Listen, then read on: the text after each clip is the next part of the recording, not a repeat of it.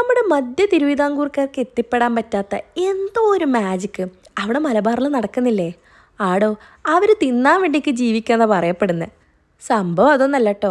ഇവിടുത്തെ ആൾക്കാർക്ക് ഭക്ഷണം ഉണ്ടാക്കാനും അത് വിളമ്പിക്കൊടുക്കാനും അതിനെപ്പറ്റി നല്ലൊരു അഭിപ്രായം കേൾക്കാനും ഇഷ്ടപ്പെടുന്ന ആൾക്കാരാണ്. ഭക്ഷണത്തോട് ഒരു മൊഹബത്താണെന്നേ. അപ്പം ഇക്കാണുന്ന നൈറ്റാണ് നമ്മുടെ തലശ്ശേരിക്കാരുടെ സ്വന്തം പുയിങ്ങൽ ഒറോട്ടി. നിങ്ങൾക്ക് വേണമെങ്കിൽ മീൻ ഒറോട്ടി എന്നൊക്കെ പറയാം. അവിടെ പുഴുങ്ങൽ ഒറോട്ടി എന്നാട്ടാ പറയപ്പെടുന്നത്.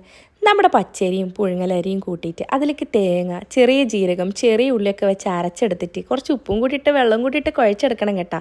എന്നിട്ട് അതിനെ മാറ്റി വെക്കാം. പിന്നെ നല്ല അയക്കൂറ മാത്രമല്ല കേട്ടാ, ചെമ്മീൻ യൂസ് ചെയ്യാം, നമുക്ക് അയല യൂസ് ചെയ്യാം, ഇഷ്ടമുള്ള മീൻ അതിലേക്ക് എടുക്കാം. മത്തി എടുക്കണ്ട കേട്ടോ. പക്ഷേ ഇതിന് കൂടുതൽ സൂട്ടാകുന്നത് ഈ ഒരു അയക്കൂറയാണ്. ആള് കിങ്ങല്ലേ, കുറച്ച് എടുപ്പോടെ നിൽക്കട്ടെ. അപ്പം നമ്മുടെ കറിയുടെ പ്രിപ്പറേഷനാണ് നിങ്ങൾ ഈ കാണുന്നത്. ആ കറിയൊക്കെ ഉണ്ടാക്കിയതിന് ശേഷം നമ്മുടെ ഈ ഇല എടുത്തിട്ട് ആ ഇലയിൽ ഓരോന്നും ഈ പത്തിരി രൂപം പോലെ കുറച്ച് വലിയ രൂപത്തിലാക്കുക. എന്നിട്ട് നമ്മുടെ മസാല അതിലേക്ക് ചേർക്കുക. എന്നിട്ട് നമ്മുടെ ഒരു മീൻ പൊരിച്ചതും അതിലേക്ക് വെക്കുക. ഈ മസാല ഉണ്ടാക്കുമ്പോൾ ഒരു കഷ്ണം മീനും കൂടി ഇടണം കേട്ടോ. അപ്പോൾ സംഭവം പൊളിയായിരിക്കും. അപ്പോൾ അതിനെ നമ്മൾ വേവിക്കുക. നമ്മുടെ ആവിയിൽ വേവിച്ചെടുക്കുക. ഒരു 15 മിനിറ്റോളം അല്ലെങ്കിൽ ഒരു 30 മിനിറ്റോളം വേവിച്ചെടുത്തോ. എന്നിട്ട് സാധനം ചൂടോടെ കഴിച്ചാലുണ്ടല്ല, പൊളിയാണ്.